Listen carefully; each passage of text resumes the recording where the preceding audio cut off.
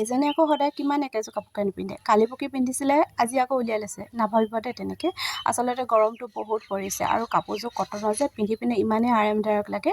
আৰু গৰমটো আজিও বহুত পৰিছে, এফালে যাবলৈ ওলাইছে মানে ইমান গৰম পৰিছে। আৰু কটনৰ আছে, কিন্তু এইযোৰ মানে কালাৰটো কিবা এটা ভাল লাগে, মোৰ ফেভৰেট কালাৰ যে, সেইবাবে উলিয়াই ল'লে। এইযোৰ ভাল লাগে পিন্ধিবলৈ।